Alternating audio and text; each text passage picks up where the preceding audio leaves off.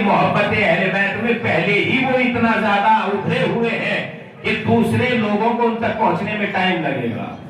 क्या आपके लिए जुमला का क्या आपका ईमान मोहब्बत अहले बैत के सिलसिले में, अकीदे के सिलसिले में बहुत ज्यादा है, लिहाजा वहां मोहब्बत का पैगाम ना देना, वो पहले से मोहब्बत अहले बैत रखते हैं।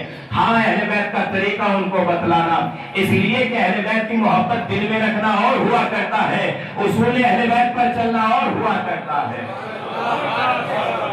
हमने कुरान मजीद की बड़ी अजीम आयत आप हजरात की खिदमत में पेश किए।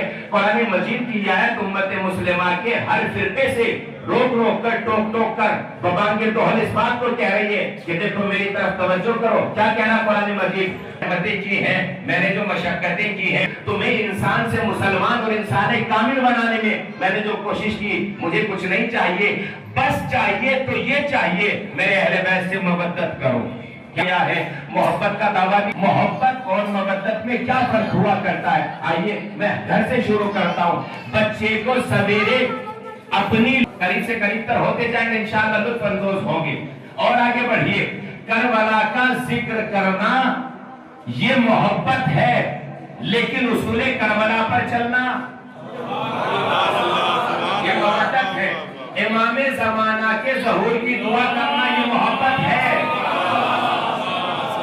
लेकिन अपने आप को इमामे जमाना की बसीरत के दो पहलू। अल्लाह को अगर समझना हो तो कैसे समझेंगे? मज़ाहिर का अल्लाह को समझेंगे, गुल बूटे नजर आएंगे, अल्लाह को समझिएगा, या आफ्ताबो महताब के किरकिरे देखिएगा, अल्लाह को समझिएगा, ये जमीन का ज़मरूदी फर्श।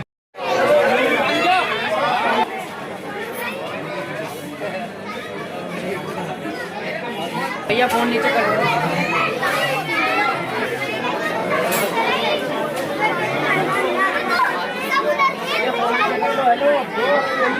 भाई भाई भाई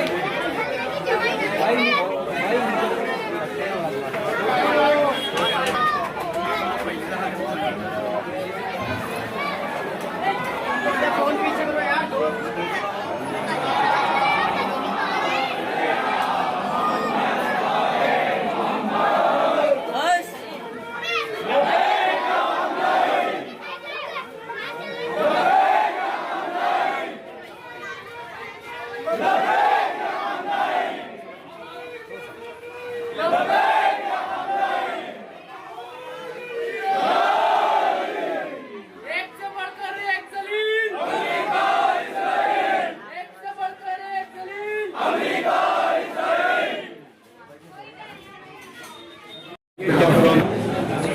साहब नीचे इधर माइक इधर लगा दो, आपकी हो गई माइक जी सर, आप बताइए।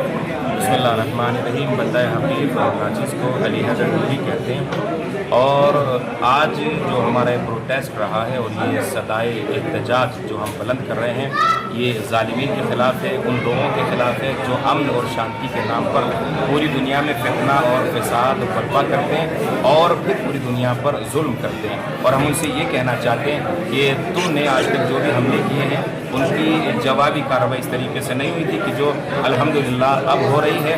और दूसरों का नशेमन जलाना आसान होता है, लेकिन जब अपने खिरमन पर बिजली गिरती है तब एहसास होता है कि जुल्म और यानी दूसरों को सताना, कत्ल करना कैसा होता है। बहरहाल ये उन लोगों को बहुत अच्छे तरीके से एहसास होता है जो लोग दूसरों को सताते हैं।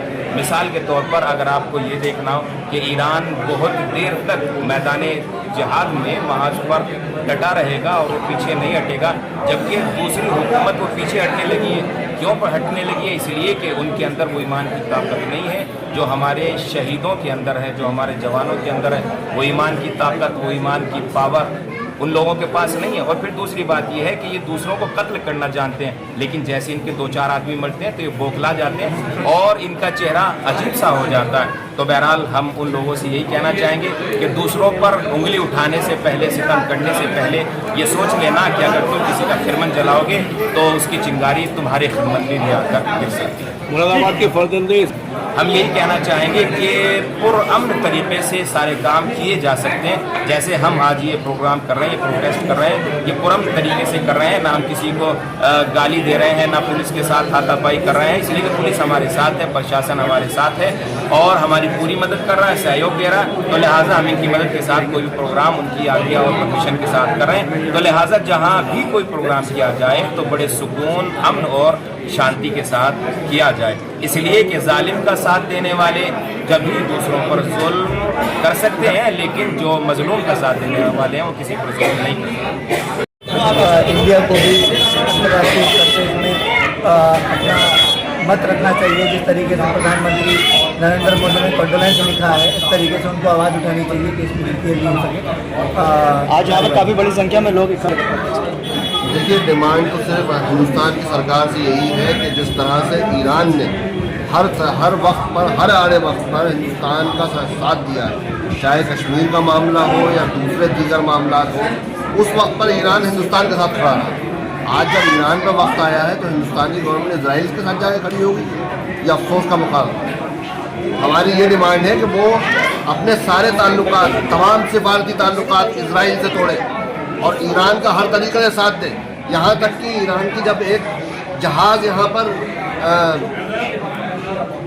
अब जो अभ्यास करने आया था उसको लौटने में हिंदुस्तान की सीमाओं के अंदर अमेरिका ने डुबो दिया, उस पर हमारी सरकार खामोश बैठी हुई है। आज खबर निकल के आ रही है कि साहब अमेरिका ने हमें इजाज़त दी है कि हम रूस से तेल खरीद लें। क्या हम अमेरिका के गुलाम हो गए दोबारा? पहले अंग्रेज़ों के गुलाम थे, आज अमेरिका के गुलाम हो गए। कहीं ना कहीं बातचीत, किस बात की बातचीत चलेगी? क्या बातचीत करेंगे वो? जो शख्स हिंदुस्तान का प्रधानमंत्री ईरान पे हमला होने से पहले आयतुल्लाह अली हज़रत अली ख़ामेनी साहब के शहादत से पहले एक दिन पहले जाकर के इजराइल की संसद में जाके ये कह रहा है कि हम हर तरीके से इजराइल के साथ खड़े हैं, वो क्या बातचीत करेगा? उसको बातचीत करने का कोई हक नहीं है। आज का जो प्रोटेस्ट है वो इमाम बारगाह में निकाला गया अपनी सरहदों पर। इसको लेकर मैं अगर अपनी बात करूं तो मैं एक सुन्नी मुसलमान हूं और मैं अपने भाइयों के साथ हूं। ये शिया और सुन्नी की बात करना इस वक्त पर ऐसे मकाम के ऊपर कि जब हमारी पूरी कौम का दिल रो रहा है, उस वक्त पर ये हमारे ज़ख्मों पर नमक छिड़कने का काम कर रहे हैं। और ये दर्शन, ये प्रोटेस्ट तब तक जारी रहेगा कि जब तक कि हिंदुस्तान की सरकार इंशाअल्लाह रहमान इजराइल से अपने तमाम सिफारती ताल्लुकात ख़त्म नहीं करनी। सब शिया सुन्नी सारे तमाम मुसलमान, हर तबके के मुसलमान इस वक्त एक छत के नीचे खड़े। शिया समुदाय ने बिल्कुल मुझ जैसे सुन्नी अपने शिया भाइयों के साथ में खड़े। इस बार जो भी खुशियाँ हैं वो देखिए, जो ईद की नमाज़ होती है, नमाज़ पढ़ी जाएगी और बस मेरी यही अपील है तमाम अपने मुसलमान भाइयों से कि जिस तरह से हम लोग ईद की मुबारकबाद देते हैं, उस मुबारकबाद को देने में थोड़ा सा परहेज़ करें और सादगी से ईद मनाएं। और क्योंकि इतना बड़ा सानिया है, ये हमारी पूरी दुनिया के मुसलमानों के लिए बहुत बड़ा लॉस है, बहुत बड़ा हमारा नुकसान है।